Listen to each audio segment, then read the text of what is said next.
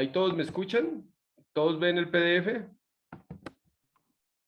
Sí, profe. Listo, les comentaba que ya damos por visto el capítulo 8 con el tema que vimos anteriormente. del- Gracias, profesor. Buenos días, profe Freddy. Yo también lo había saludado, pero no, seguramente no me escuchó porque tenía el micrófono apagado. Lo que trae tinto. Sí, sí, sí, señor. Esto, y con eso damos, ya entramos al capítulo 9, que es el capítulo donde estudiaremos las diferentes transformaciones canónicas. ¿De qué se trata este capítulo de las transformaciones canónicas? Como les mencioné ayer, el, pueden haber para un mismo problema, pueden haber diferentes clases de hamiltonianos, dependiendo de las coordenadas que utilicen. En particular, vimos que el problema de el oscilador armónico, ¿sí? Dependiendo de inclusive del sistema de referencia, puede haber un sistema de referencia donde el hamiltoniano, donde la energía del sistema no se conserve. Sin embargo, bajo un cambio de coordenadas puede uno encontrar un conjunto de coordenadas canónicas para los cuales el hamiltoniano se conserva. Entonces, no hay ningún tipo de teorema que diga que el hamiltoniano tiene que ser una cantidad conservada. Nosotros tenemos el teorema de la conservación de la energía, no la conservación del hamiltoniano. El hamiltoniano puede ser una función muy diferente de la energía. Entonces, claro, en los casos comunes coincide con la energía, pero para ciertos sistemas de coordenadas, ¿sí? Digamos, usualmente para las coordenadas más naturales, ¿sí? Puede coincidir con la energía. Pero el hamiltoniano, en la gran mayoría de los casos, no coincide con la energía, ¿sí? No coincide con la energía. No existe nada como la conservación del hamiltoniano, eso no existe. Existe es la conservación, el teorema de la conservación de la energía. La energía sí se conserva, el hamiltoniano no. Como vimos en la clase de ayer, en un caso, el hamiltoniano era una cantidad no conservada, en otro caso, sí se podía ver en el otro caso, el hamiltoniano sí era una cantidad conservada para el mismo problema, sin cambiar de problema y para el mismo sistema de referencia. Entonces, ahora, en el caso que veíamos ayer, la energía, Profe, ¿sí? profe, buenos días. Disculpe una pregunta. ¿Conservar es lo mismo que invarianza? Conservación no es lo mismo que invarianza, ¿no? Esa pregunta es muy importante para mí, ¿sí? Muy importante. No deben confundir invariancia con conservación, dos cosas que no tienen nada que ver la una con la otra, ¿sí? Invariancia significa que la cantidad es la misma cuando uno pasa de un sistema de referencia a otro. Y entonces las cantidades escalares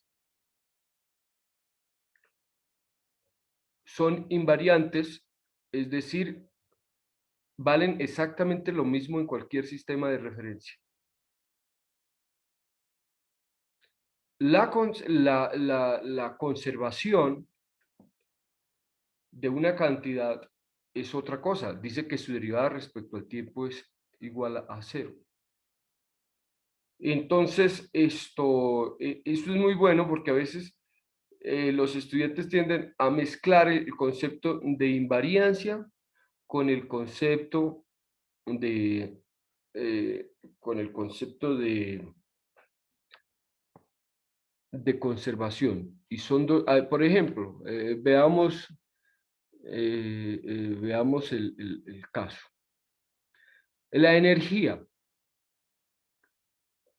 La energía, si ustedes ven un cuadrivector, en un cuadrivector, ¿qué es la energía? A ver. Nosotros, eso de los cursos de relatividad, no pido que para los que no son físicos. A ver, voy a hacer un paréntesis, porque esto es muy bueno. Vamos a ver cómo transforma la energía, ¿ok? Relativísticamente. Vamos a hacer un paréntesis y ver eso. Eso es crucial, eso es crucial.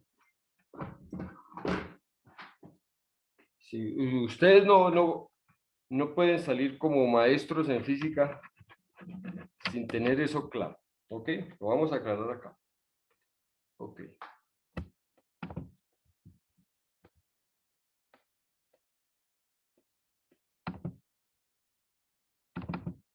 ¿Ahí todos ven el whiteboard? Sí, profe. Listo.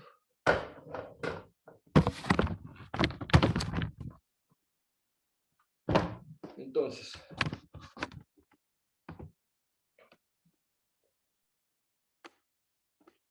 en la relatividad especial, nosotros tenemos que un cuadrivector, ¿cuántas componentes tiene?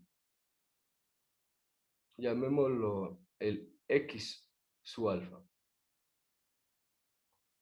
Eso es X0. 4. Exactamente. 4 componentes que nosotros la vimos. La componente X0 era la velocidad de la luz por tiempo, ¿sí? X0 era igual a C por T. ¿Ok? Ahora, vamos a definir una cantidad que vamos a llamar U alfa, que va a ser la derivada de X alfa respecto a tau, donde tau es el tiempo propio, ¿sí? Donde tau es el tiempo propio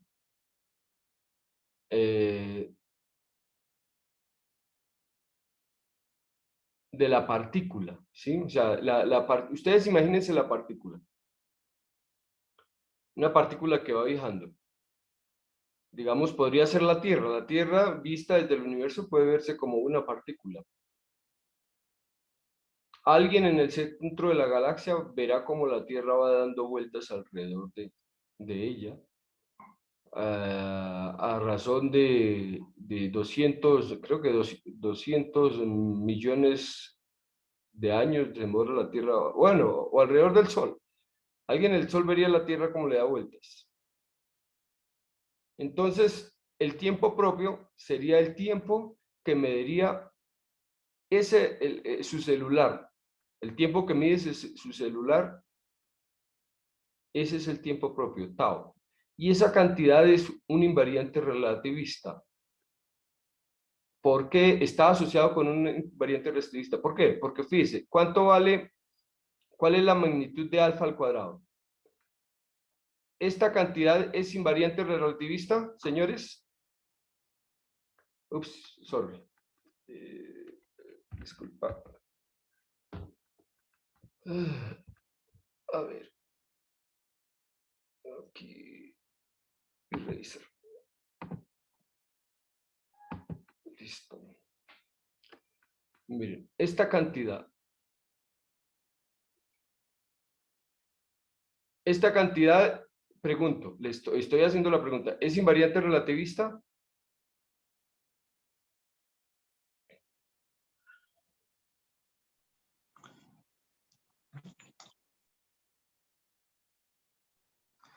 ¿Eso es una escalar? Es un escalar, porque no tiene ningún índice. Escalar. Si, no sé, si es escalar, es invariante. Claro que es escalar. El único índice que tiene está contraído. ¿Sí me hago entender? Es escalar. Entonces es un invariante relativista. Y esto es igual a x0 por x0 menos, bueno, uno lo podría escribir más, x1 X1, X1, X2, X2, X3, X3. y así sucesivamente. ¿Sí? Esto es igual a x0 al cuadrado, porque el abajo y el arriba no le afecta a la componente 0. Recuerde que la métrica, la componente 0, 0 de la métrica es 1. Y acá sí es menos x sub 1 arriba al cuadrado, porque si subimos este 1 y lo ponemos arriba, se introduce un menos y queda de esa manera. ¿Ok? Ah, bueno, aquí más es puntos suspensivos, es el asunto. Listo.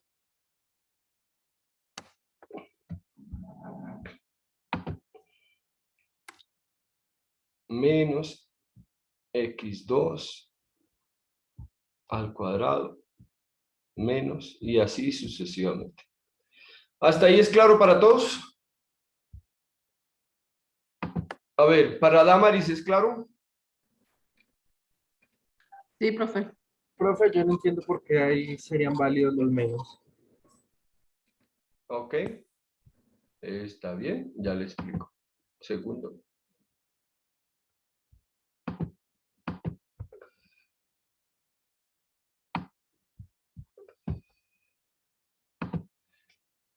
¿El qué?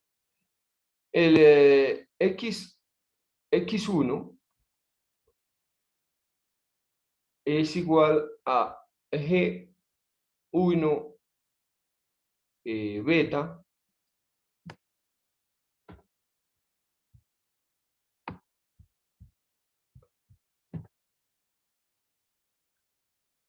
por x beta. ¿En eso estamos de acuerdo? ¿Sí? Y esto es igual G1 beta. G1, G1 0 da 0. G1 2 da 0. G1 3 da 0. En esta suma, porque aquí hay una suma, en esta suma el único que sobrevive es G1 1 por X1. ¿De acuerdo? ¿Sí? ¿Y cuánto vale G1 1? Menos 1. Menos 1. Entonces, X1 abajo con índice abajo es menos X1 con índice arriba, ¿sí? Cuando reemplazamos esta cantidad acá, cambiémosle de color un segundito. Pongámosle.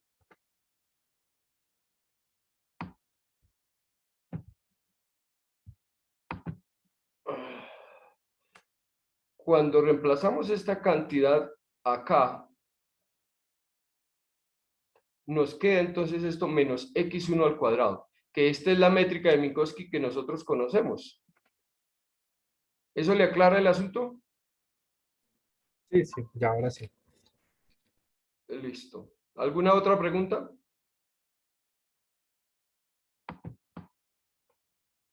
Listo. Entonces, listo, voy a borrar toda esta parte. Voy a borrar el qué. Esto. Y entonces, pero yo estaba calculando x alfa por x alfa. Y esto nos da que era x0 al cuadrado menos x1 al cuadrado menos x2 al cuadrado. Listo. Listo. Entonces, en el sistema donde la partícula está, digamos, en un sistema donde la partícula está en reposo, podemos ubicar o decir que podemos decir que que x vector de esa partícula está en la coordenada 0, sin temor a equivocarnos. O sea, y decimos la partícula, asumamos que la partícula está parada en el punto x igual a 0. En el sistema donde ella está en reposo, con el paso del tiempo, ella seguirá estando en esa posición. porque ella está en reposo. En ese sistema de referencia primado, ella está en reposo. Y entonces esta componente, uno puede, sin temor, uno puede decir que es 0. ¿Sí? Por elección, porque decidimos que estuviera parado en el origen. Y en ese caso, la magnitud de C al cuadrado simplemente será C cuadrado por tiempo al cuadrado. Su propio tiempo, o al tiempo al que mide ese reloj. Ese tiempo lo vamos a llamar simplemente tau al cuadrado. ¿Listo? Y este tau es un invariante relativista. ¿Ok? ¿Sí? Con esto quería mostrar que el tau como tal es un invariante relativista, o sea que realmente que él no cambia. ¿Sí? Ahora, si por casualidad esto no es 0, esta posición tampoco permanece fija porque él está quietico ahí. ¿Sí? Entonces, igual será un invariante. ¿Ok? ¿Preguntas sobre eso?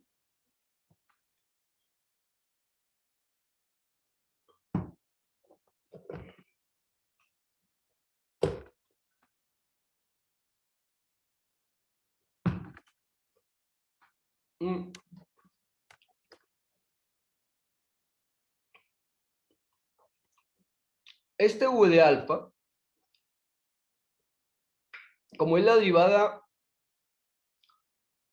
de un vector respecto a una cantidad invariante, cuando x transforme a x' beta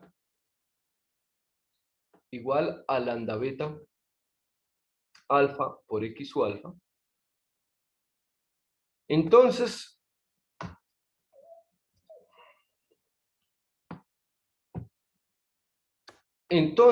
U de alfa,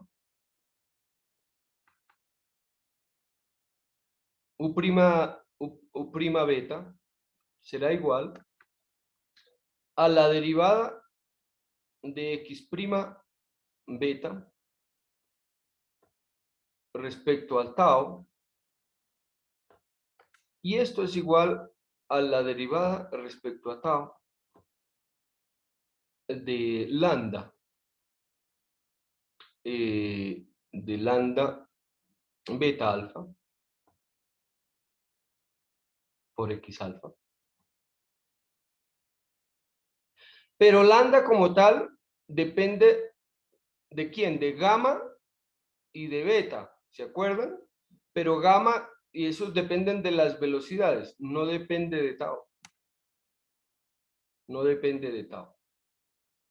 Entonces, esto es lambda beta alfa por la derivada de x alfa respecto de tau. Y esto no es otra cosa que lambda beta alfa de U de alfa. Es decir, esta derivada transforma como transforman las coordenadas con la misma matriz. Por lo tanto, podemos decir que es un vector. ¿Eso es claro para todos? ¿Para Víctor Heredia es claro? Sí, señor. ¿Para Fernanda Chapués es claro? Sí, profe. Listo. Vamos a definir de manera similar el momento. Entonces, permítanme, voy a borrar esto. El momento lo vamos a definir como P de alfa igual a M de alfa, la masa en reposo de la partícula, por U de alfa. Ese es el cuadrimomento. Nosotros podemos demostrar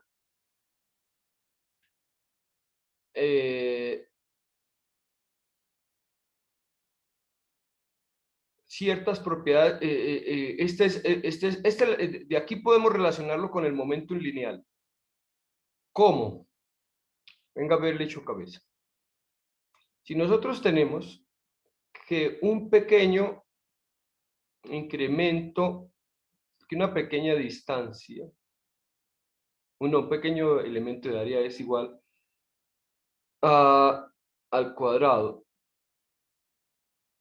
es igual a c cuadrado por tau al cuadrado menos dx al cuadrado menos dy al cuadrado menos dz al cuadrado. ¿Sí? Digo, esto por t, aquí miento, aquí por t, no por tau, esto por t. ¿Mm? Esto, entonces, de acuerdo cómo es que va el argumento. ¿Cómo es que va el argumento?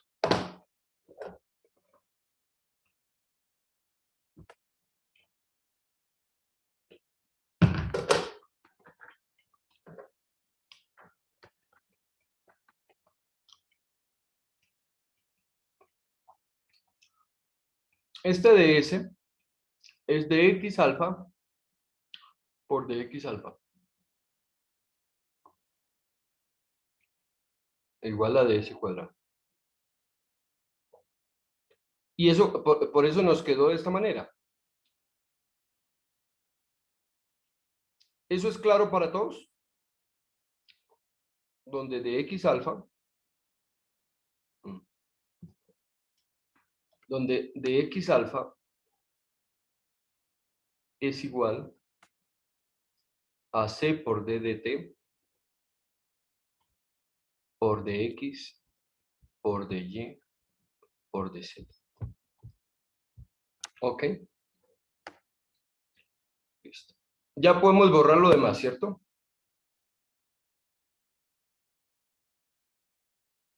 Este exacto. Entonces, en el sistema de referencia en el que está en reposo y en el origen de x alfa va a ser simplemente c por tau, 0. En un sistema de referencia donde la partícula está en reposo. En ese sistema de referencia de x alfa por dx alfa será simplemente c por tau al cuadrado. ¿Eso es claro para todos? A ver. Para Juan Felipe, ¿eso es claro? Sí, profe. Para el profe Freddy, ¿eso es claro? Sí, las coordenadas espaciales son 0. Son 0. Si las coordenadas espaciales son 0, entonces únicamente queda el t y queda únicamente tau al cuadrado. ¿Sí me hago entender? En un sistema de referencia en reposo. ¿Ok?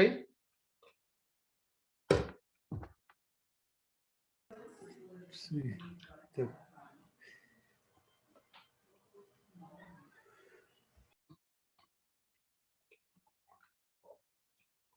Este tau es lo que llamamos. Bueno, aquí sería de c por de tau. Aquí sería un de tau. O sea, esto sería igual a c por d de tau al cuadrado. Porque son diferenciales. ¿Listo? Es decir, este vale de alguna manera c cuadrado por d de tau. ¿Sí? Es decir, nosotros tenemos esto de s de s cuadrado. Nosotros tenemos que c cuadrado, digo, que d por d tau será igual en general para otro sistema de referencia que no sea el de reposo, pero va a ser c cuadrado por d de t al cuadrado menos de x al cuadrado menos de y al cuadrado menos de z al cuadrado. Ojo, esto es en otro sistema, o sea, esto que está acá es en el sistema de reposo de la partícula y ahí vale c por d tau. Ojo con el argumento, es decir, la norma de este argumento en la métrica minkowskiana vale c por d de tau al cuadrado. Pero esta norma es invariante. O sea, su valor no cambia. En cualquier sistema de referencia vale lo mismo. Como en cualquier sistema de referencia vale lo mismo, yo he utilizado un sistema de referencia donde la expresión es muy sencilla y en ese sistema de referencia he calculado el valor de este invariante, pero yo sé que ese invariante es exactamente el mismo, tiene el mismo valor en cualquier sistema de referencia. Es decir, el valor por C por d tau es cierto, lo calculamos en un sistema de referencia especial, pero como ese invariante es un invariante, el valor de ese invariante debe ser C por d tau en cualquier sistema de referencia, y donde tau, por definición, es el tiempo que mide el reloj de la partícula en el sistema donde ella está en reposo y en el origen. ¿Ese discurso quedó claro? ¿Para William Bartori quedó claro? Sí, profe. ¿Para Lorena Narváez está claro? Sí, profe. Listo. Entonces, ahora voy a hacer lo siguiente. Voy a derivar respecto a tau en ambos lados. ¿Sí? Entonces voy a... sí. Entonces ya vamos a borrar el lado derecho.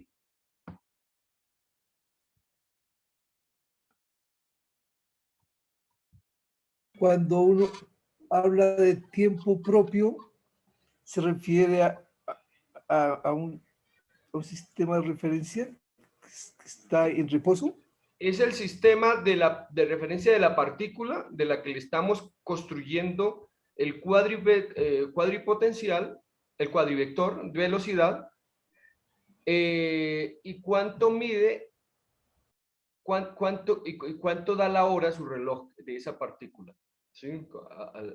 El SUDE muy mexicano, el reloj de la partícula, ¿qué hora da?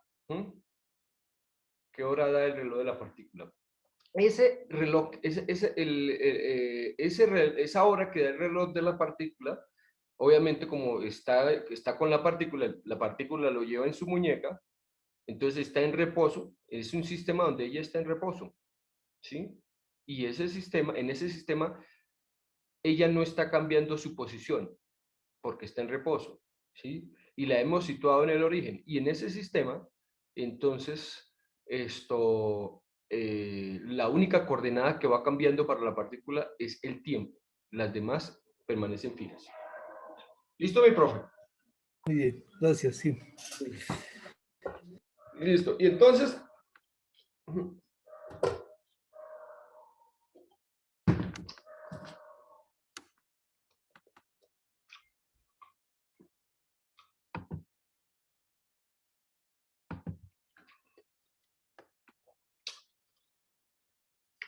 vamos a derivar respecto a tau en ambos lados. Entonces queda la derivada de tau.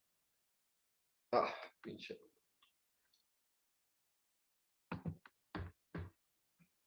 La derivada de tau respecto a tau, por un lado, más la derivada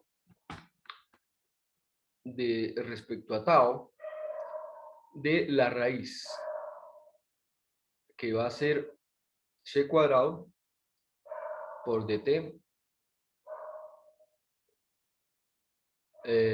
menos, y para no embolatarlos, esto lo vamos a escribir como d de x vector producto punto por d de x. Ya, O si no, nos vamos ahí, escribiendo esta cosa, nos vamos a ir a gastar un eternidad. ¿Listo? Listo. ¿Y esto quién es igual? A esto le podemos aplicar la regla de la cadena. Esto es la derivada de la raíz respecto al tiempo por la derivada del tiempo respecto a tau. Esto es igual. Y la derivada de la raíz, esto entonces es, ¿cómo le podemos hacer? Sí. Entonces, para calcular esta derivada de la raíz podemos factorizar este dt, o sea, la raíz, eso es la derivada respecto al tiempo. Y la raíz, ¿quién es? Vamos a sacar de la raíz este dt, lo vamos a sacar como dt por la raíz. Y como lo factorizamos, adentro quedó un c cuadrado. Ah, saquemos ese c también. Saquemos ese c. Ese c también lo sacamos. Sí. Saquemos el c de la raíz. Entonces sacamos el c. El c por dt.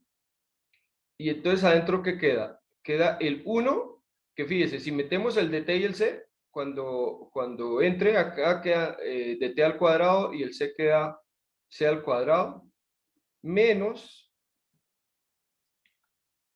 y este dt pasa a dividir 1 sobre c cuadrado por dx. Entonces, a uno de los dt se los ponemos a un dx y el otro de los dt se lo ponemos al otro x. ¿Es claro para todos lo que hicimos? Para Damaris, ¿es claro? ¿Qué fue lo que hicimos? Sí, profe. Listo. Para Larry Urbano, ¿es claro? Sí, profe, me conecté un poquito tarde, pero sí voy cogiéndola. Fíjense, si metemos este dt por c, volvemos a recuperar la relación de arriba, porque este dt se va a cancelar con este c cuadrado, con este dt. Listo. Y esto, listo. Y ahora vamos a borrar la parte de la izquierda, todo esto que está acá. Entonces, c por d tau. ¿Cuánto es c por d tau de tau? Señores.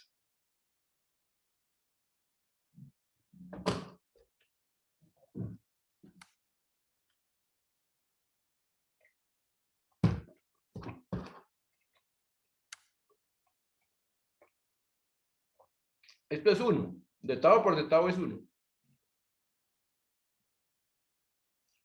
Entonces queda c igual a c por dt. Pero este dt se queda dividiendo por un dt. Ah, y todo esto estaba multiplicado por dt de tau. Y dt con dt. Por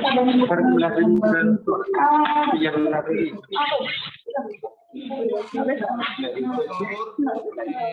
apaguen el micrófono.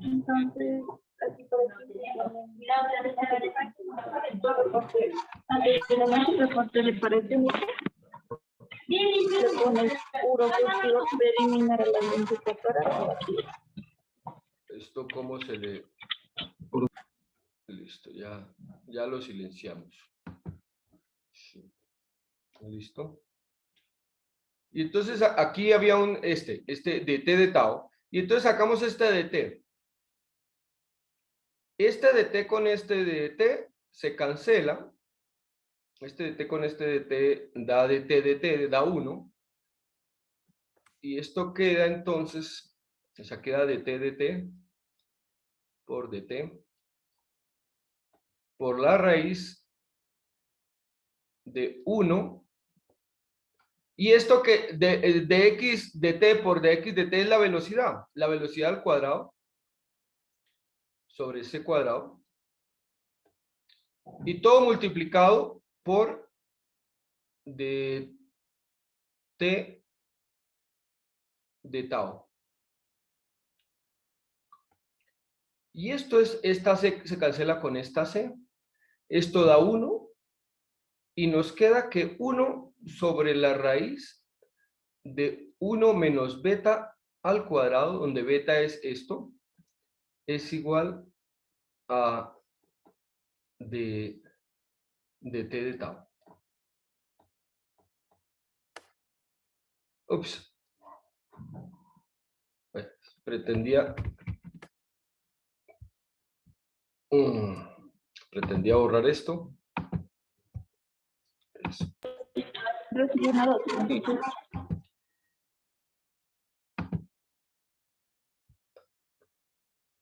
¿Alguien hizo una pregunta?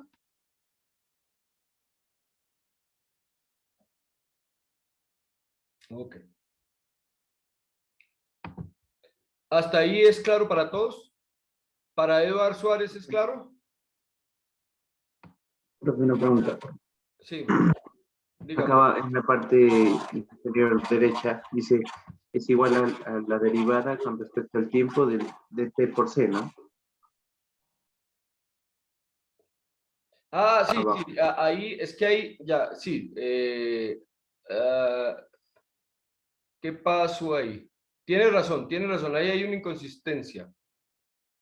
A ver.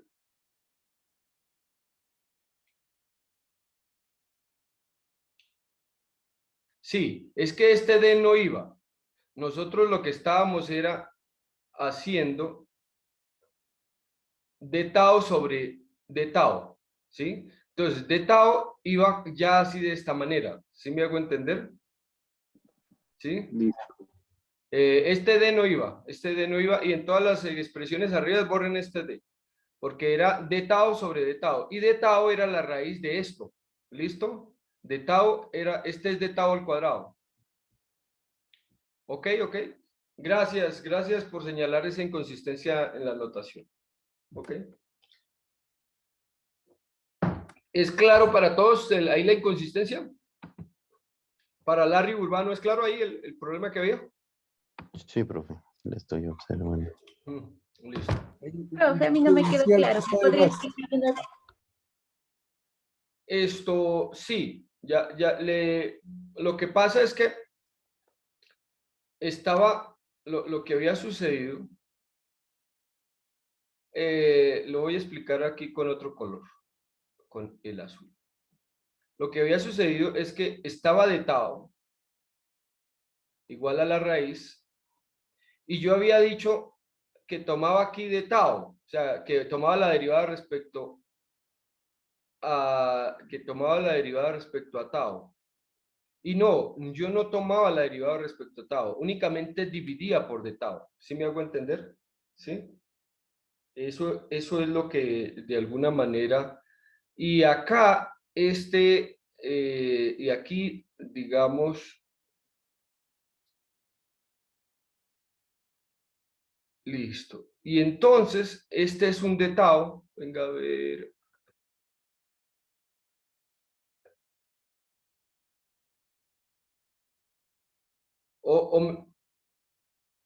Sí, venga a ver. Espere, lo vuelvo a escribir para... Mire, aquí ya llegamos que de t de tau es igual al factor gamma. O sea, acuérdense de este resultado, ¿sí?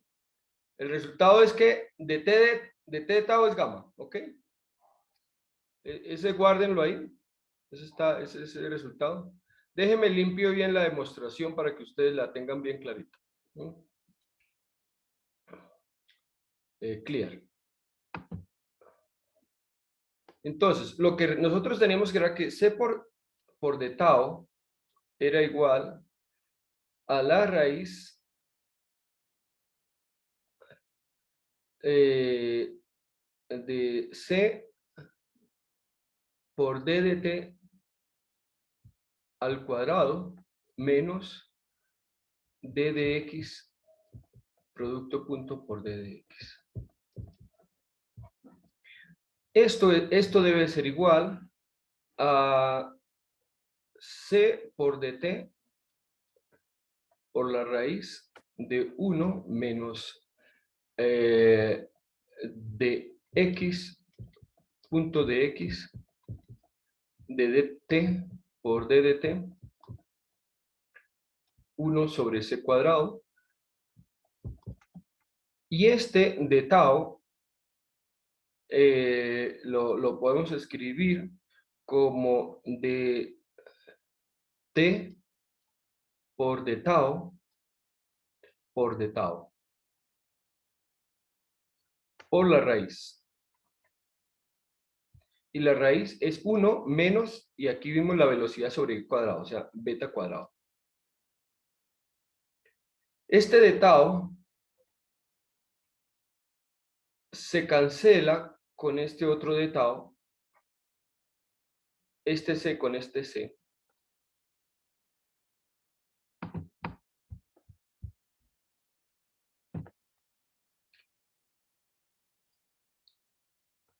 De tal forma que aquí queda un 1, 1 queda igual a d de t respecto de tau por la raíz de 1 menos beta al cuadrado. De eso concluimos entonces que 1 sobre la raíz es igual a dt de tau. ¿Ahora sí queda claro para todos? Sí, Sí, profe. profe. Esto, cuando lo hice al principio, no me acordaba bien, estaba ahí como, porque era algo que no tenía pensado mostrar. Entonces, ahí estaba como tratando de echarle cabeza y por eso la presentación fue tan inconsistente. Pero ahora que ya me quedó claro bien el asunto, entonces es más sencillo presentar. Listo. Entonces, en últimas, de t de tau, bueno, el tau abajo es el factor gamma. Y ahí ya puedo borrar esto, ¿sí?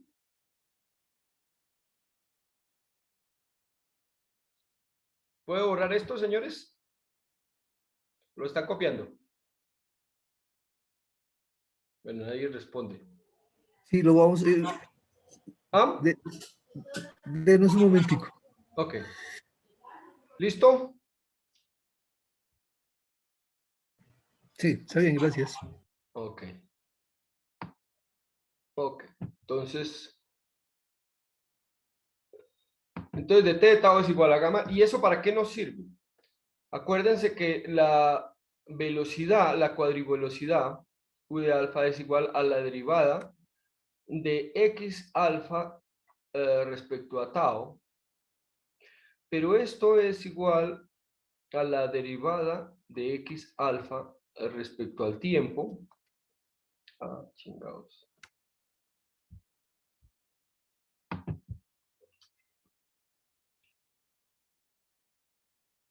Por la derivada de tau, del tiempo respecto a tau.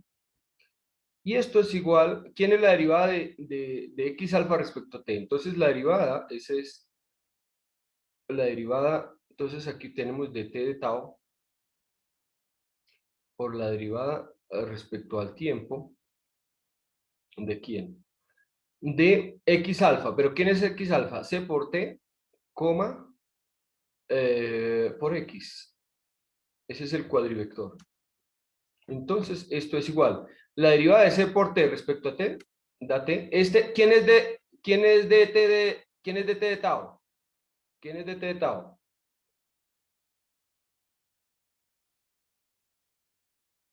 A ver, Fernanda, ¿quién es de t de tau? 1 sobre raíz. 1 sobre raíz, o sea, es gamma, es el factor gamma. De t de tau es el factor gamma.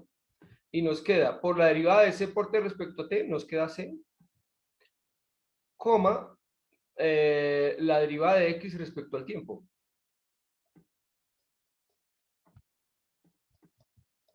Esto es igual a gamma, factor de c, y derivada de x respecto al tiempo es simplemente la velocidad. Y entonces yo tengo que u de alfa es igual a gamma por c por b. Y ahora, el momentum, el cuadrimomentum, p de alfa, va a ser igual a m0, donde m0 es la masa en reposo por u de alfa. Esto va a ser igual, entonces, ¿A quién? A M0 por gamma por C,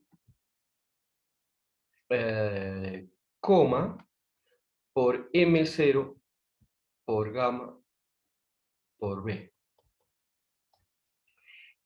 Esto, aquí podemos multiplicar por C para tener C cuadrado y dividimos por C y esto nos queda igual. Esta M0 por gamma es la masa relativista por C cuadrado sobre C y M0 por gamma es la masa relativista por la velocidad. Esto es igual, M0 por C cuadrado es la energía total, es la energía del cuerpo, lo que tiene que ver la cinética, sobre C por el momento.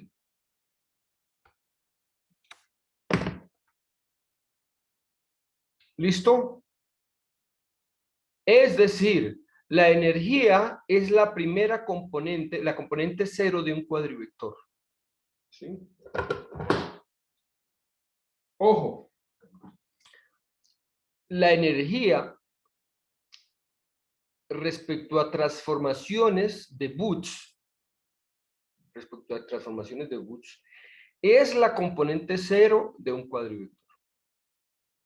Respecto a rotaciones, la energía habíamos visto que era un escalar. Entonces, el carácter tensorial de una partícula, de una cantidad, también depende respecto al tipo de transformaciones. Butch significa cambios de sistemas de referencia, o sea, aquí estamos cambiando de un sistema de referencia a otro, que son la clase de transformaciones involucradas en la relatividad especial.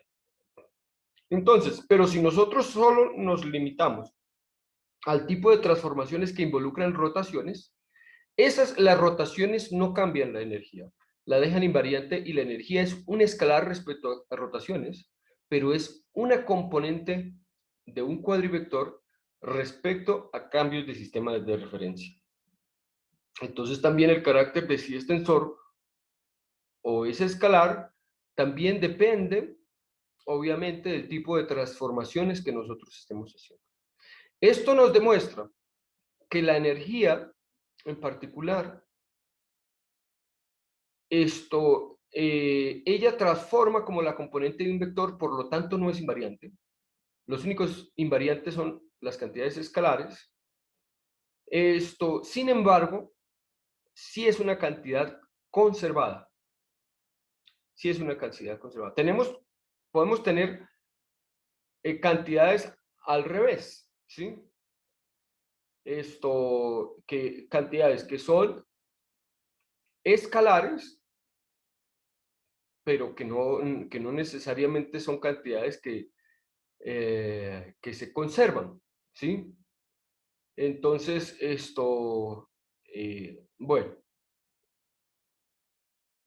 eso para ejemplificar la diferencia entre invariantes y conservador.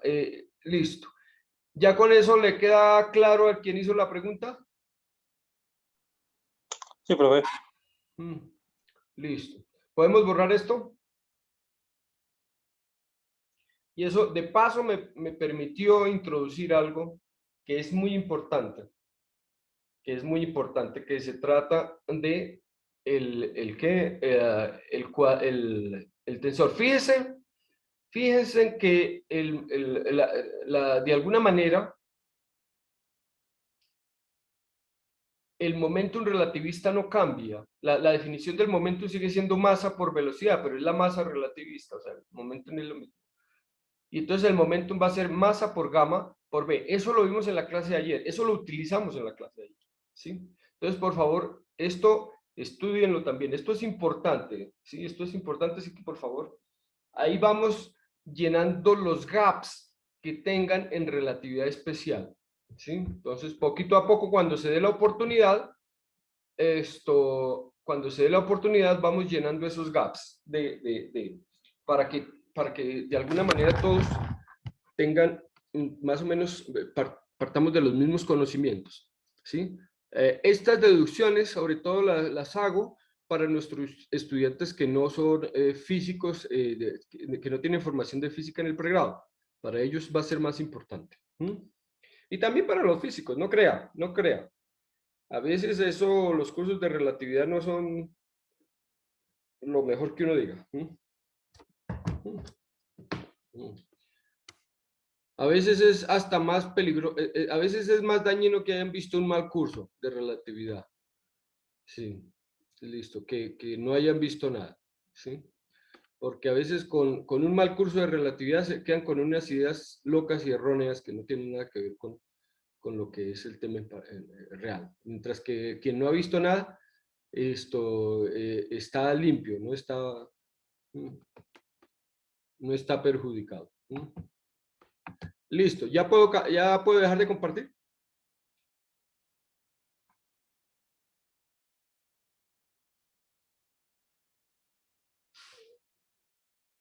Bueno, supongo que sí. Listo, y aquí volvemos, entonces. Y entonces nosotros tenemos, vamos a ver, entonces, que las transformaciones canónicas nos van a permitir mapear un problema en otro problema con otras variables, con otro hamiltoniano, ¿sí? Por ejemplo, vamos a considerar el caso, o sea, lo ideal es llegar a un sistema de coordenadas, o lo ideal sería llegar a un sistema de coordenadas donde todas las coordenadas fueran cíclicas, por ejemplo. Porque si llegamos a un sistema donde todas las coordenadas fueran cíclicas, automáticamente se nos resuelve el problema. Démonos cuenta, ¿sí? Supongamos que llegamos a un sistema de coordenadas, o hacemos una transformación de coordenadas tal que en el nuevo sistema de coordenadas y con el nuevo hamiltoniano, todas las coordenadas son cíclicas. ¿Qué quiere decir cíclicas? Que no aparecen en el lagrangiano. Si son cíclicas, entonces la derivada de L respecto a Q es 0, y eso implica que la ecuación de Euler-Lagrange solamente tiene un término, tiene el término de la izquierda. Eso, lo que implica, y como este es el momentum, lo que implica es que la derivada del momentum respecto a alfa es 0, o lo que quiere decir es que el momentum es una constante de movimiento, alfa es U. Como el hamiltoniano solo depende de los momentos, ya que todas las Q sui son cíclicas, entonces nuestro hamiltoniano se convierte en una cantidad solamente de los momentos y en principio del tiempo, porque aquí ya no aparecen las Qs porque por definición son cíclicas, o sea, por definición no aparecen, entonces, no están dentro del hamiltoniano. Si H es independiente del tiempo.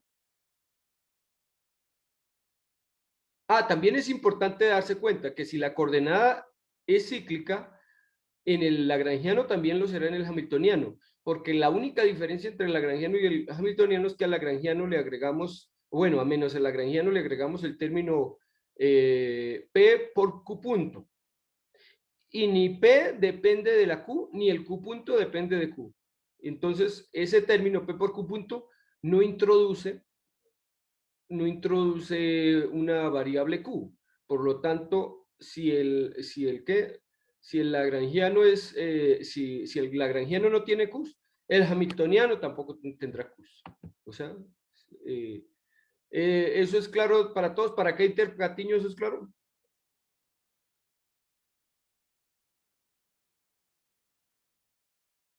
Profe. ¿Sí? Keiter, te escucho. Sí, profe. Sí, es claro esa parte. Listo. Listo. Entonces, ahora, si H es independiente del tiempo, nosotros demostramos en la clase de ayer que la derivada total de H es igual a la derivada de H, la derivada parcial. Este es un resultado importantísimo, señores. Eso llévenlo en mente. Este resultado es importantísimo. Que lo vimos ayer, lo mostramos ayer. ¿Sí? este resultado. Ups, no puedo. Esta. Que la derivada parcial de h respecto al tiempo es igual a la derivada de h respecto a t. Eso es crucial, eso es una cosa muy importante. Entonces, si h es independiente del tiempo, sí, o sea, si no depende explícitamente del tiempo, entonces h es una cantidad conservada, simplemente, o sea, porque su derivada respecto al tiempo va a ser 0. Ahora, fijémonos en este caso, si q sub i punto es igual a la derivada de h respecto a p sub i, pero como p sub i el momentum es alfa sub i, entonces esta ecuación de Hamilton, queda de esta manera respecto a alfa sub i. Ahora, alfa sub i es una constante. Las h's también son constantes. La derivada de una constante respecto a una constante, pues debe ser una constante, porque no la derivada de h respecto a alfa también será una combinación lineal de alfas, porque no le queda otra. No le queda otra. Lo único que hace la derivada respecto a alfa es disminuir la potencia de algunas de estas alfas, nada más. O sea, que si estaba alfa a la 5, la ponen alfa a la 4. Eso es todo, pero sigue siendo alfa constante. Entonces, la derivada de h respecto a alfa también es una constante, que solo depende de las alfa sub i. Y esa constante le llamamos omega sub i, de tal forma que q sub i punto es igual a omega sub i. Q sub i punto, ¿quién es q sub i punto? La derivada de q sub i respecto a t, igual a omega sub i. Este diferencial del tiempo lo subimos y queda de q sub i por omega sub i respecto al tiempo, integrando ambos lados. Entonces tenemos de q sub i es igual a q, y la integral de omega sub i respecto a t simplemente es el tiempo, más una constante de integración que llamamos beta. ¿Sí? ¿Y eso qué significa, señores? Eso significa que hemos resuelto el problema, porque nosotros tenemos la variable q como una función del tiempo. Claro, esa variable q puede ser muy diferente de la variable q del sistema original y se relaciona a través de ella por una transformación, por una relación, por una función de transformación. ¿Sí? Pero entonces lo que nosotros deseamos es tomar un problema y ese problema le vamos a hacer una transformación canónica a un sistema de coordenadas donde todas las coordenadas son cíclicas. En ese sistema resolvemos el problema y con las ecuaciones de transformación nos devolvemos a las coordenadas originales y ya está resuelto el problema. Pero no se hagan ilusiones, no se hagan ilusiones. Hay el principio de conservación del problema. Aquí, entonces, el problema se vuelve allá, entonces, ya el problema no es como tal resolver el sistema hamiltoniano, sino el problema se vuelve en encontrar las ecuaciones de transformación. O sea, el problema tiene que conservarse, porque un problema no va a ser más fácil porque se reparametrice.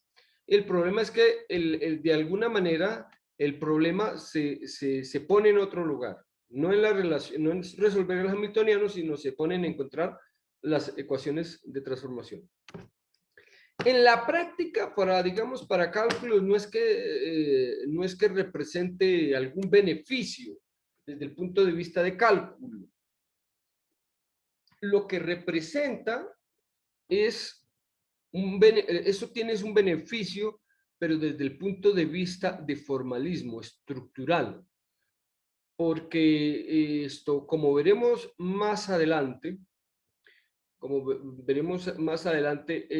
este tratamiento da una herramienta conceptual muy poderosa, ¿sí? Muy poderosa. Que permite ver la estructura de la mecánica cuántica de una manera muy diferente. ¿Ok? Sí, y va a ser importante para la mecánica cuántica, para entender la mecánica cuántica, no la mecánica clásica. Obviamente también la mecánica clásica, pero el formalismo va a ser importante para entender también la mecánica cuántica. ¿Ok? ¿Mm? Listo. ¿Preguntas? ¿Comentarios? ¿Dudas? ¿Ahí es claro para todos? ¿Para Salazar Alejandro es claro? Sí, exacto. ¿Para Julio es claro? ¿Julio ya volvió? No. No está. Julio no está. Listo.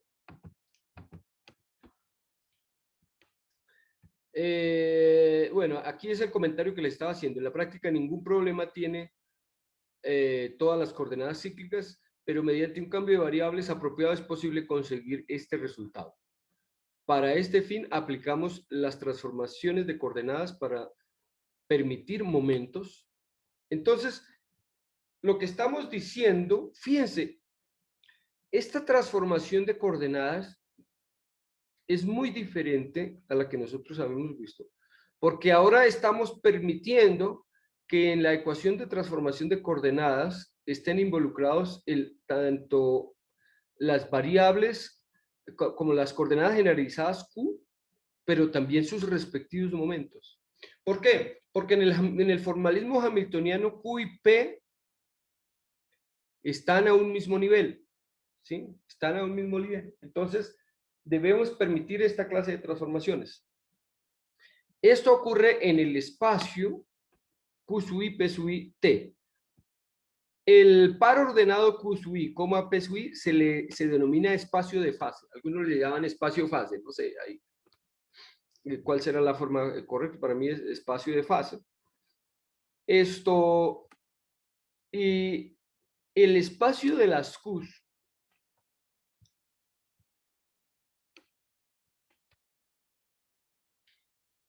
listo.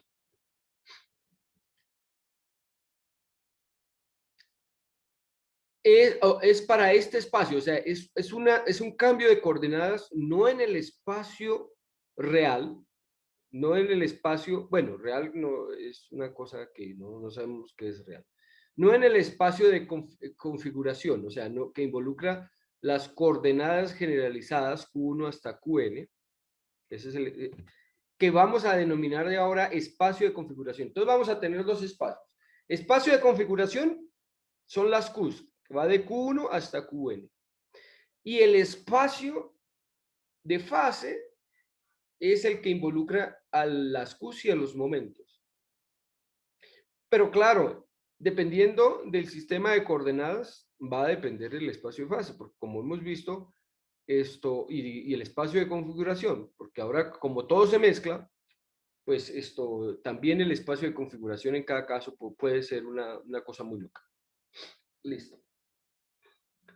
Las nuevas Q sub i y P sub i deben ser coordenadas canónicas, para los cuales hay un hamiltoniano K, tal que algunos llaman al hamiltoniano, lo llaman camiltoniano para distinguirlo del hamiltoniano, pero es un hamiltoniano normal.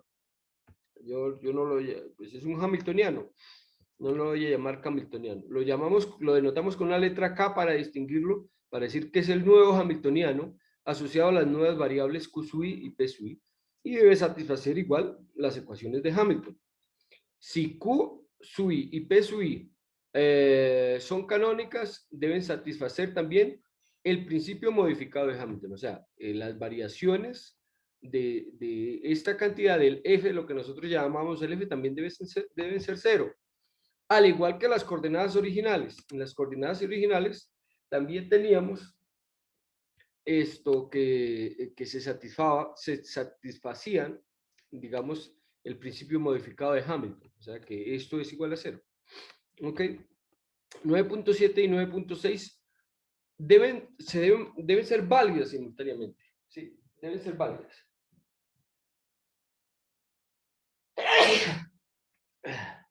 Entonces,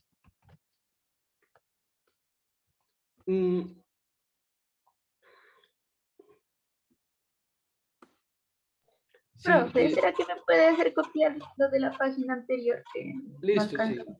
¿Me dices dónde? ¿Acá? Sí, ahí, un poco más abajo. Ahí después de estas son transformaciones. Eso ahí, gracias. ¿Listo? Sí, profe, gracias. Listo. Entonces, nosotros tenemos que, si los dos son válidos simultáneamente, de hecho, una forma como pueden ser válidos simultáneamente es que estén relacionados, ¿sí? Es que estén relacionados. Es decir, que Q sub i por P sub i menos H esté relacionado con P sub I, Q sub I menos K, módulo, o sea, por una derivada total respecto de f respecto al tiempo. Recuerden que f, que digamos que esa derivada de f respecto al tiempo no altera el principio variacional, o sea, no va a generar problemas. Una derivada total de una f, donde f es una función de q y p, pero f también podría ser una función de q pequeña y p pequeña, no de q mayúsculas, porque simplemente se cambia de posición, lo mandaríamos a la izquierda que se le sume a este lagrangiano, eso no sería problema. Inclusive, puede ser una función combinada, puede ser una función de las Q, de las P pequeñas, de las Q y las P grandes. Esto se debe a que finalmente va a haber una relación entre las Q pequeñas y las Q grandes, y entre las P pequeñas y las P grandes, de tal forma que al final del día nosotros, por ejemplo, si queremos podemos poner todo solamente en función de Q pequeñas y P pequeñas, o podemos poner todo en función de Q grandes y P grandes. Eso no es problema, ¿sí? Porque van a existir esas relaciones de transformación entre los dos sistemas. ¿Listo? Bueno. ¿Preguntas ahí?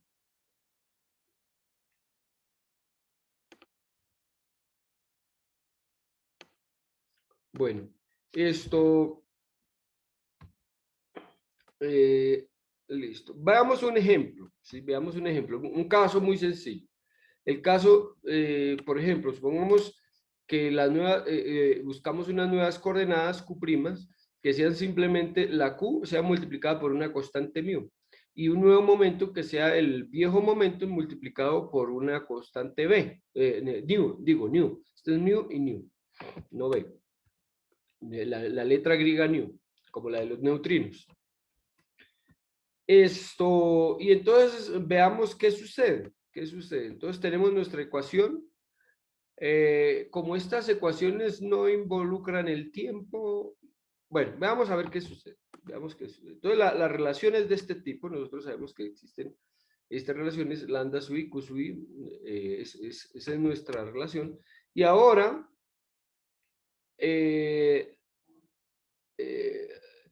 supongamos que f es igual a 0. Supongamos que la f, ¿cuál f? Esta f. Supongamos que esta f es igual a 0. Y entonces reemplazamos. Nosotros sabemos que Q sub i es igual a Q' sobre μ. Y sabemos que P sub i es igual a P' sobre μ. Si nosotros reemplazamos en el lado izquierdo, o sea, si nosotros reemplazamos acá estas condiciones, entonces tendremos, en lugar de Q sub i, tendremos Q' sobre μ, en lugar de P sub i, tendremos P' sobre μ, y H quedará en función de las mismas cantidades. Y todo eso debe ser igual a P' por Q'. Esto es punto. Aquí no se ve ese punto. Q' punto.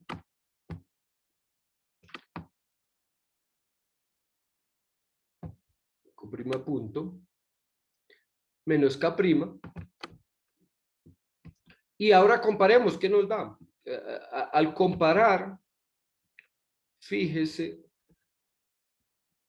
para que este término sea igual a este término, el lambda, este lambda debe ser igual a μ por b. Si lambda es igual a μ por b, el μ por b, este μ por b se cancela con el lambda y nos queda Q sub i punto por P sub i primado.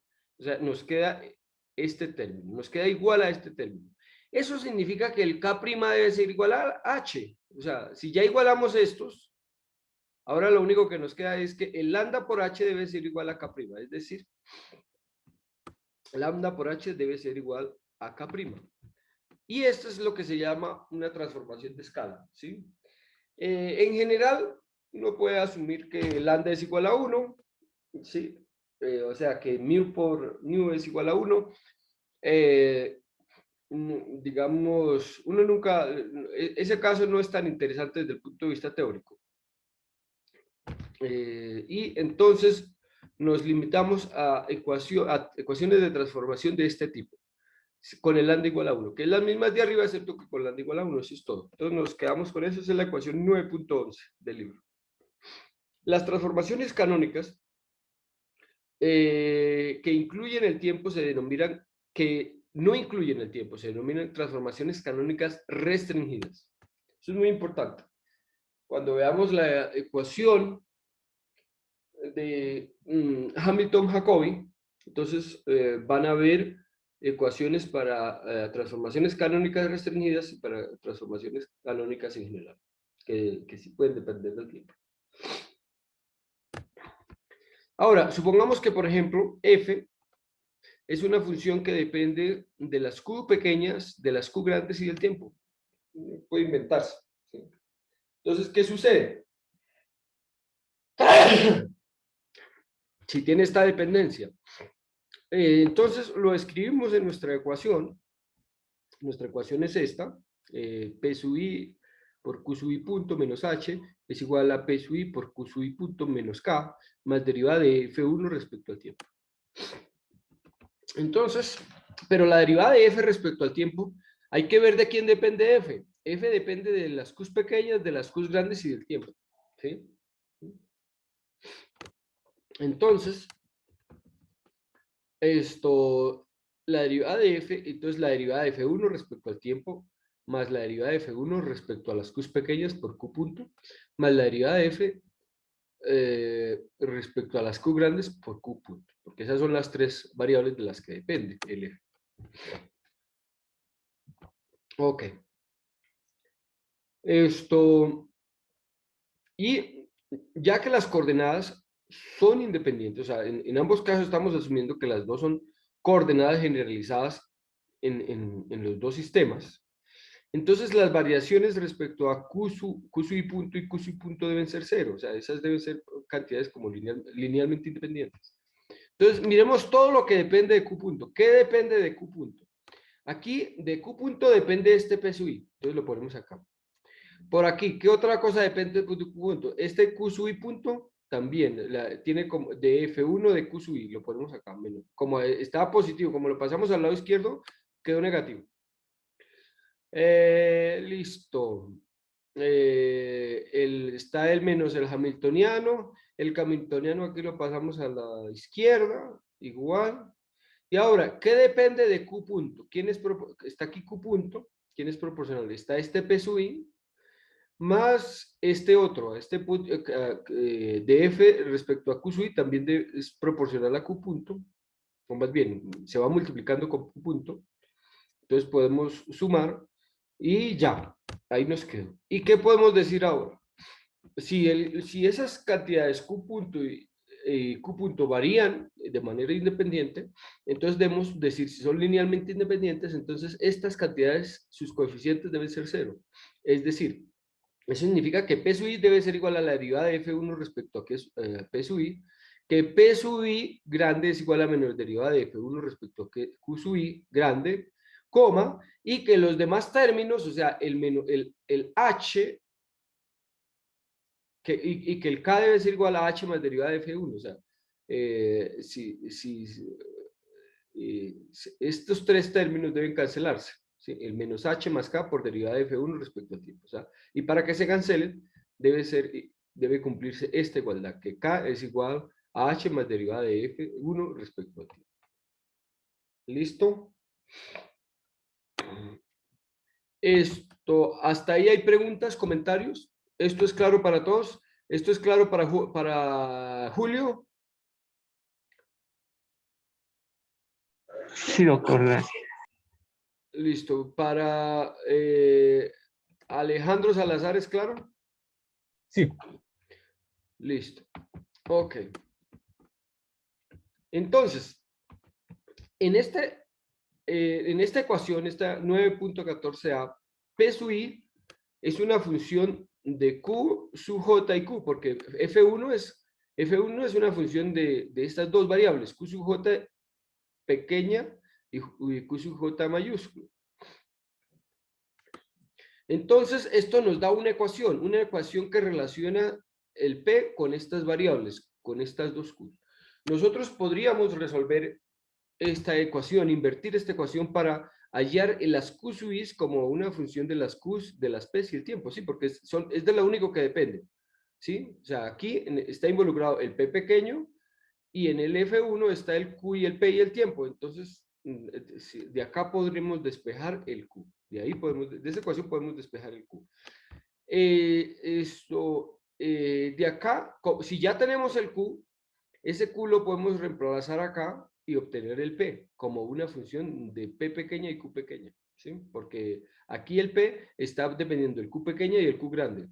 Pero si queremos el P grande en función de Q pequeña y P pequeña, entonces el Q que aparece acá, utilizando esta ecuación, nos puede servir para que este P ya quede en función de Q, P y T, y ahí ya tenemos una transformación de coordenadas. Tenemos una transformación. O sea, la función F1 nos está induciendo una transformación de coordenadas. ¿Ok? Veamos otro ejemplo. Supongamos que la función independiente es F igual a F2, a una F2 que depende de Q pequeña, pero ahora en lugar de depender de Q grande, la vamos a poner a depender de un Q, de un momentum P, de un momentum P. ¿Ok?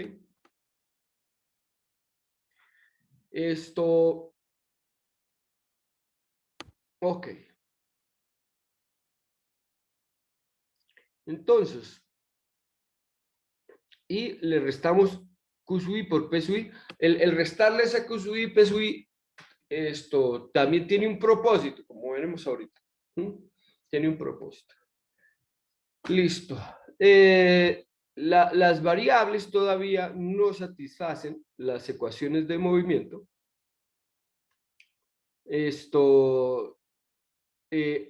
Así que las variaciones de Q. Ese era un comentario que yo hacía arriba, estrellita. Este era estrellita. Era un comentario que yo hacía respecto acá. Las coordenadas son independientes. Y hacía estrellita y entonces es un comentario. El comentario era que las variables todavía no satisfacen las ecuaciones de movimiento. Las variaciones de Q y Q, de Q grande y Q, o igual Q punto y Q punto deben ser independientes, porque todavía no hay una relación entre ellas formal. Ok. Ahora fijémonos en este caso, en el F2. La diferencia del F2 respecto al F1 es que hemos cambiado el Q grande por el P grande, ¿sí? Y restado este término, que dijimos que tenía un propósito. Ya vamos a ver cuál es el propósito. Entonces ese es el F. Y simplemente reemplazamos el F en nuestra ecuación acá, que venimos manejando. Y aquí igual. Para hallar la derivada de f, hay que tener en cuenta de las variables que tenemos. La f2, como el f depende de f2, la f2 depende de q y de p mayúscula, entonces es la derivada de f2 respecto a q sub i por q sub i punto, más derivada de f2 respecto a p mayúscula por p mayúscula punto. Y puede depender también del tiempo, entonces la derivada de f2 respecto al tiempo. Y aquí viene la derivada de Q sub i, P sub i respecto al tiempo. Entonces, esto será, como se está restando, es menos Q sub i punto por P sub i, menos Q sub i por P sub i punto. Y ahí es donde uno ve para qué se metió este término. Este término se metió para cancelar esta cantidad, para que se cancele P sub i por Q sub i punto. ¿Sí? De tal forma que ahora, digamos, el término con Q sub i punto ya no aparece más. Eso, ¿por qué? Porque si ustedes se fijan, aquí hay un P sub i punto. Si supongamos que no quitamos este término, que lo dejamos. Supongamos que lo dejamos. Entonces aquí tendríamos Q sub i punto. Aquí tenemos un Q sub i minúscula punto y aquí tenemos un P sub i mayúscula punto. El de la mitad, este se puede pasar para el lado izquierdo y se cancela con este. Ese no hay problema. Pero aquí este Q sub I punto y este P sub I punto no tendrían nada que hacer, porque este es P sub I, este punto y Q sub I punto, lo que nos diría, si lo dejamos así, lo que resultaría es que el nuevo P sub J es 0, y que la derivada de F también es 0. Y puede ser, o sea, no estoy diciendo que no sea posible. Listo, si quiere hágalo así. Pero listo, un sistema donde el nuevo momentum P sub I es 0, esto a lo mejor puede ser también de interés, ¿sí?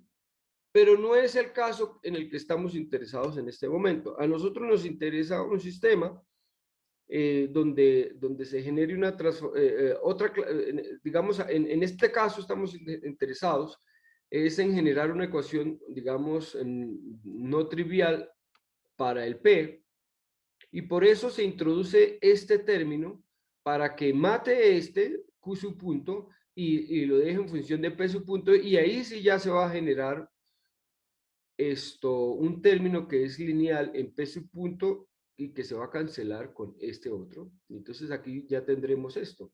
Tendremos derivada de F2 respecto a P menos Q sub I, o sea, que viene de este término, que no existiría este término. Y eso nos permite poner Q sub I como una función de la derivada de F sub 2 respecto a P sub I. Y eso nos genera una transformación. Las componentes digamos, que dependen de Q sub I punto, esas sí valen, digamos, se cancelan también de manera independiente, y los términos independientes deben cancelarse entre ellos. Eso nos da tres relaciones. La primera es que derivada de F2 respecto a P sub I es igual a Q sub I. La segunda es que P sub I es la derivada de F2 respecto a Q sub I. Y la tercera, que K es igual a H más derivada de F2 respecto a T. Y ese es el segundo tipo de interés. O sea, tipos de transformaciones de Fs hay infinitos. Infinitos. Un infinito continuo. O sea, hay todo lo que quieran. Pero van a haber 4 casos grandes de interés. El primero, el Q sub 1, esto involucra únicamente coordenadas del espacio de configuración en ambos espacios, o sea, Q pequeña y Q grande. La segunda tipo de coordenadas involucra en Q pequeña, pero ya el P grande, o sea, se hace una variación. ¿Listo? Listo. Aquí resumimos los 4 casos, no los vamos a demostrar, simplemente ya con 2 es más que suficiente. Las del tercer tipo, el F es F3, y va a depender, y ya la diferencia respecto a F1 es que se cambió el Q pequeño por el P pequeño. Fíjese, en el F2 se cambió el Q grande por el P grande. O sea, mientras que para la F3 lo que se cambia no es el Q, sino lo que se cambia es el Q pequeño. No el Q grande, sino el Q pequeño. Y entonces ya para el F3 el Q pequeño se cambió por el P grande, el Q se deja igual. Y se adiciona un término para evitar trivialidad. Y en el último caso, se cambian las dos, o sea, se cambia el Q y se cambian los dos Qs y se cambian por P y P. Un segundo. Qué pena, qué pena. Listo, ¿ya copiaron? Sí. Supongo que sí. Listo. Vamos a ver algunos casos que son triviales, pero que son importantes para que, digamos, a pesar de ser casos triviales, son importantes. Por Yo ejemplo, tengo una pregunta. ¿sí? En este caso, pues F representa esa función F, ¿nos permite transformar del espacio de configuración al espacio de fase o no siempre? El F induce una transformación de coordenadas en el espacio de fase. ¿Sí? O sea, el espacio de fase es el hecho de los P's y las Q's, y ellos se mapean dentro de otros Q's y P's inducidos por este F. ¿Ok? Y el F induce esas coordenadas de transformación. ¿Listo? Pero ¿sí? entonces, no al espacio de configuración, no. Uno puede ver para ciertas elecciones muy particulares, pueden haber Fs que induzcan transformaciones dentro del espacio de configuración, o sea, porque pues serían de alguna manera transformaciones algo triviales, que también pueden, o sea, porque como el espacio de configuración es también parte del espacio de fase, o sea, el espacio de configuración es el espacio de las Qs. Eso también es parte del espacio de fase. Dentro del espacio de fase, dentro de las posibles transformaciones del espacio de fase, están aquellas transformaciones que mapean el espacio de configuración dentro del espacio de configuración, ¿sí? Esa es una clase muy particular de fase, ¿sí? Ese es un posible ese es un posible que ese es un posible conjunto de transformaciones, las que mapean en el espacio de fase, las que mapean el espacio de configuración dentro del espacio de configuración. Pero es un caso, en este caso es un caso particular. En general van a ser transformaciones que mapean espacio de fase dentro del espacio de fase, pero en otras coordenadas. ¿Eso le aclara? Sí, sí, profe. Listo. Entonces veamos estas. Por ejemplo, supongamos que, entonces, de mnemotecnia. Entonces, todas dependen del tiempo. Los cuatro casos que hemos mencionado, todos dependen del tiempo. Entonces, no vamos a hacer énfasis en la dependencia con el tiempo. La primera depende, Q pequeña, Q grande. Eso es F1. F2, Q pequeña, P grande. O sea, se cambió el Q grande por el P grande. F3 va a ser P pequeña, Q grande. O sea, respecto a la primera, respecto a F1, se cambió el Q pequeño por el P grande. O sea, el Q3 va a ser P pequeño por Q grande. Y la cuarta, se cambiaron las dos respecto a F1. O sea, va a ser P pequeño y P grande. Ya no aparece ninguna de las Qs. ¿Sí? Ese es el F4. ¿Listo? Eso como una forma mnemotécnica. Entonces vamos a ver un caso F2 que involucra coordenadas pequeñas con coordenadas de momentum grandes. Y aquí hay implícita una suma. Esta es la suma sobre los is. Ahí se está sumando. Entonces, nosotros de la tablita, aquí en esta tablita podemos ver para cada uno de los casos cómo vienen las coordenadas. En el caso de F2, fíjense cómo van las coordenadas. Es esta. F2, la derivada de F2 respecto a Q pequeña es igual a P pequeña. Y la derivada de F2 respecto a P grande también de Q grande. Otra cosa que es de mnemotecnia. Las derivadas de las Qs siempre van a generar P's y las derivadas de las P siempre van a generar Qs. En módulo algún signo, por ejemplo, fíjense acá. La derivada de F respecto a Q da un P y la derivada de un F1 respecto a un Q también da un P. Lo que no sabemos es si el P es grande o el Q es pequeño. O sea, eso es diferente, pero eso también sirve para recordar. Siempre está eso. Por ejemplo, la derivada de F respecto a P da un Q y la derivada de F4 respecto a P grande da un Q. ¿Listo? Entonces todo eso es como para las derivadas de las funciones, de estas cuatro funciones generatrices, que no son las únicas, como digo, hay infinitas, pero estas son las que sirven por lo menos para muchos aspectos prácticos. Listo. Entonces estamos en el caso 2 y la derivada de F2, como F2 depende del Q grande, entonces será la derivada de F respecto a ese Q grande y debe dar un Q, pero nos da el Q grande, porque el Q pequeño ya está dentro del F, entonces nos debe dar el Q grande. Este es Q sub grande, y la derivada de F2 respecto a Q pequeño nos da el P pequeño, ¿sí? Entonces hagamos cuánto es la derivada, cuánto es Q sub J.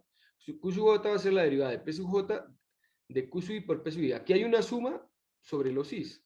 Entonces, cuando deriva respecto a P sub J, este es P sub I, aquí da un delta JI y nos queda Q sub J.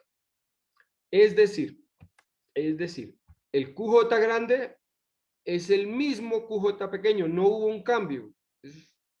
Eso quedó la misma variable. Y ahora respecto a los P's.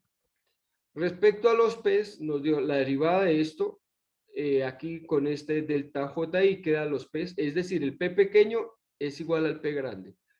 Y esto, como este F no depende del tiempo, porque ya vimos que solamente depende de Q y de P, entonces en este caso la derivada parcial respecto al tiempo es 0 y nos queda que K es igual a H. Y lo que vimos es que ahí hicimos simplemente la transformación identidad. Esa es la identidad, el caso más sencillo. Entonces ustedes miran, bueno, ¿y para qué nos hace gastar tiempo ahí viendo una transformación de coordenadas que no hace nada? Por dos cosas. Primero, mostrar que en efecto se puede generar la identidad mediante un F2. Y segundo, más adelante vamos a ver que ciertas transformaciones pequeñas van a ser pequeñas variaciones respecto a la identidad.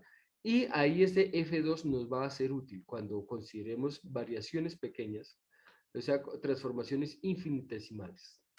¿Ok? ¿Ahí hay preguntas, comentarios, dudas? ¿Mm? Listo. La siguiente tipo de transformación que puede ser de interés son las que generan transformaciones puntuales o lo que llamábamos configuraciones entre coordenadas del espacio de configuración entre sí sin mezclar con las P's, como las que nosotros habíamos visto al comienzo cuando hablábamos de las transformaciones o mejor dicho, coordenadas holonómicas.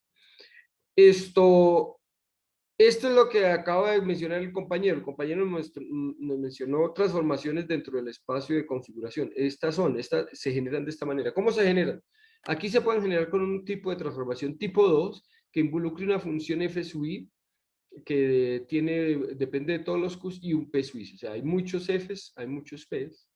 Y esto, como es un tipo 2, nosotros sabemos que el P sub j es la derivada de F2 respecto a Q sub j, porque eso es lo usual para las tipo 2.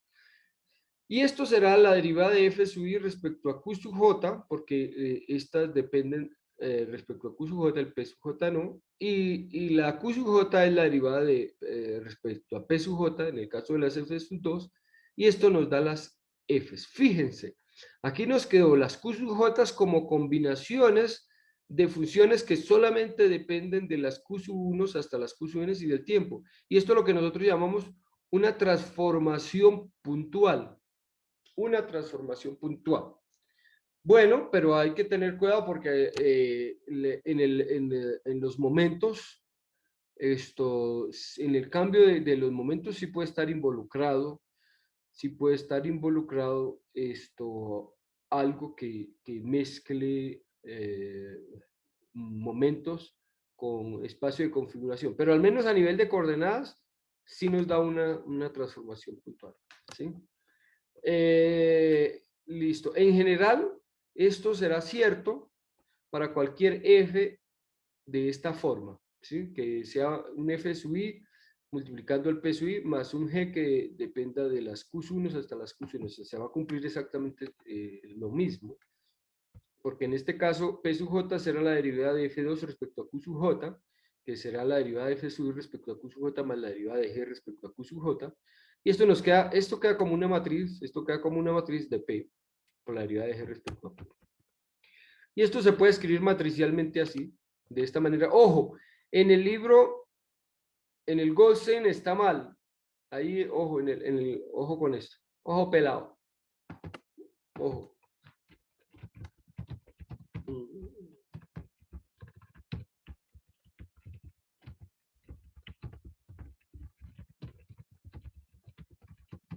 Listo.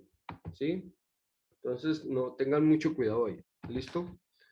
Ahí en el Goldstein la tienen la traspuesta. ¿Listo? Pero pues, en últimas, lo que queríamos ver era que los momentos van a ser de esa manera. Listo.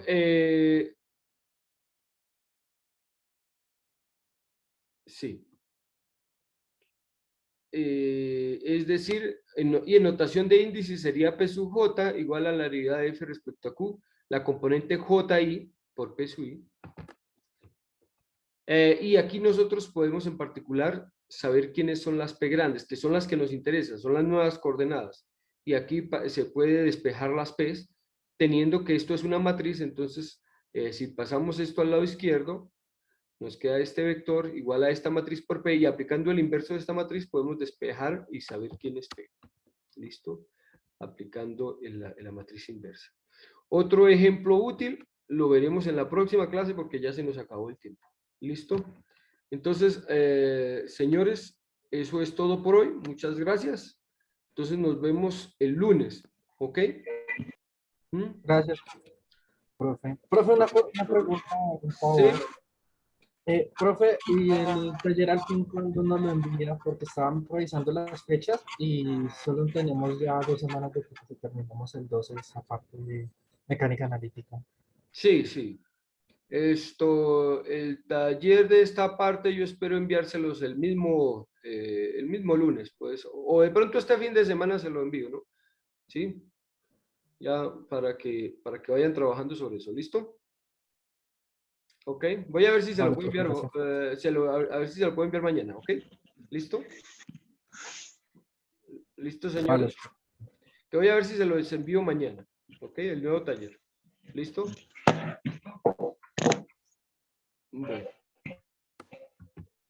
Bueno, muchas gracias, señores. Hasta luego, profe. Hasta luego. Hasta luego, profe. Buen fin de semana. Lorena. Sí, señor. Hasta luego, Alejandro. Hasta luego. Hasta luego, Julio. Hasta luego.